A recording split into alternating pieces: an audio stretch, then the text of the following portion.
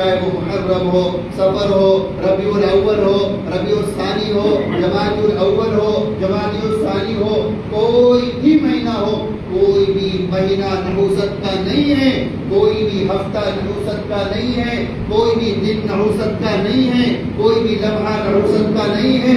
اگر کوئی دن نحوست کا ہے، اگر کوئی لمحہ نحوست کا ہے، اگر کوئی مہینہ نحوست کا ہے، تو وہ دن نحوست کا ہے جس دن اللہ کے حکم کی پامالی کی جائے، وہ دن نحوست کا دن ہوگا۔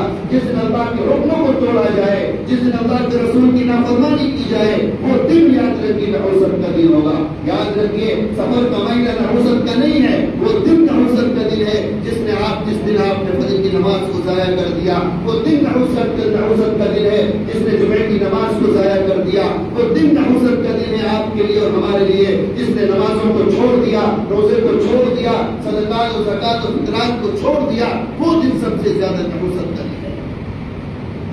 ہم لوگ سمجھتے ہیں کہ نحوست کا مہینہ